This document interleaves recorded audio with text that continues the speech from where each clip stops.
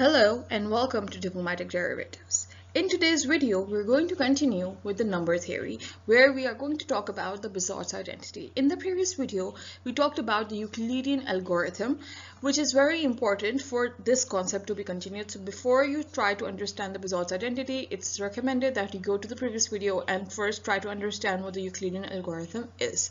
So without any further ado, we start with the next concept, which is the Bézout's identity. Now, the Euclidean algorithm, as tackled in the previous video, is basically the greatest common divisor between two numbers, where those two numbers are, let's suppose, a and b, and a is greater than b. So in that sense, you will find, through that process of the Euclidean algorithm, you find the greatest common divisor. So in the case of the example 84 and 30, the Euclidean algorithm was the greatest common divisor was 6, and we did this with the help of the Euclidean algorithm. Okay, now we come to the Bézout's identity. Now, what is this Bézout's identity? If a and b are integers and b is equal to GCD AB. Now, this GCD AB is the answer of the Euclidean algorithm process. Through that process, we got the greatest common divisor, and we're going to give it a name as D. Okay. Then there exist integers x and y such that ax plus by is equal to d. So this is the Bézout's identity. It's basically that two integers can be written as a linear so basically GCD can be written as the linear combination of two numbers for whom that GCD is. So these values of x and y, when combined with a and b, will be equal to the greatest common divisor. Alright, this is a linear combination in which we can represent the two numbers as the greatest common divisor of those two numbers. Alright, now we'll see this, we'll try to understand this concept with the help of an example. Now, just to keep using the same example, which is two numbers 84 as A and 30 as B, right? We got this process of the Euclidean algorithm and we got the greatest common divisor. Alright, now what we're doing is, we know that GCD is this, GCD is 6, okay, and the Bézout's identity tells us. Now, according to the Bézout's identity, we know that it is ax plus by is equal to d. Now, d in this case is 6, right? So d is equal to ax, a is 84, so 84x, and b is 30, so it's 30y. Alright, so this is the Bézout's identity. Now we have to find the values of x and y in order to fully interpret that this is true. That is, this combination is indeed equal to the greatest common divisor of these two numbers. Alright, so what do we do? Now we use the process of the Euclidean algorithm. This process that we did already in the previous video, we're going to use that process, and we have three number of steps, right? Now what we're going to do is, we are going to take that equation from this algorithm in which we got the answer of the GCD. Now what is that? The step which is before the step which was giving us the remainder as 0. This step, the last step, gave us the remainder as 0, right? So GCD is in the previous step. So this is the equation which gave us the GCD. We use that equation. Alright. So from this equation, why are we using this equation? Because we have to, at the end, achieve this equation over here. We have to achieve the Bézout's identity equation.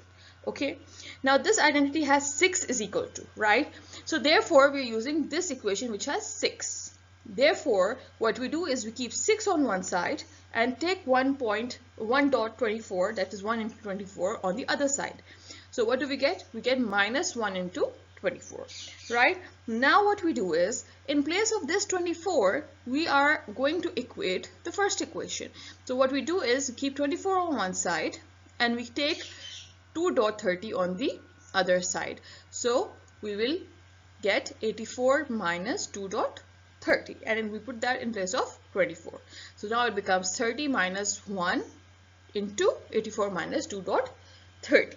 Alright, next open up the bracket. So you multiply 1 with 84, you get 1.84, minus minus becomes plus, 1 into 2.30 becomes again 2.30, right? Now what we do is, we have 30 over here and we have 30 over here, right? So this is 1.30 and this is 2.30. So these two will get added, so it will become 3.30, right? So this is 3.30 minus 1.84. Now it is somewhat becoming, like, you can see the hints, you can see that this equation indeed looks like this one somehow, right? Because you have 6 on one side, you have 84 and 30 on one side. All you need is x and y values, right? So what you do is you make it look like this equation. So you bring 84 on this side and 30 on this side, so it's easier for you to understand. You bring 84 here, so it is minus 1.84, right? So minus 1 you can write in the bracket, dot 84 plus 3.30. Now it's quite clear. Now you see that 84 is with x and 30 is with y, right? There you have it. You have the values of x and y. So x is therefore minus 1 and y is 3. Alright, so therefore you have found the values of x and y that when combined with the integers a and b will give you their GCD. It will give you the value as 6. Okay, so basically through this Bézout's identity, we are proving that these two integers given to us can be written as a linear combination to give their greatest common divisor.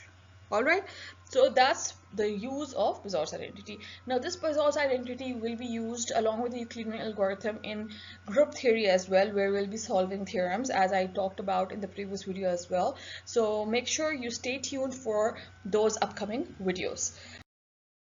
Alright, thank you. That's all for today. I hope it's the Euclidean algorithm portion and the portion about the Bézout identity is clear. If you have any questions, make sure you ask in the comment box below, and make sure you like, share and subscribe to my channel for more exciting content related to pure mathematics and in the future applied mathematics and other subjects, hopefully. And that's all for today. Thank you and bye-bye.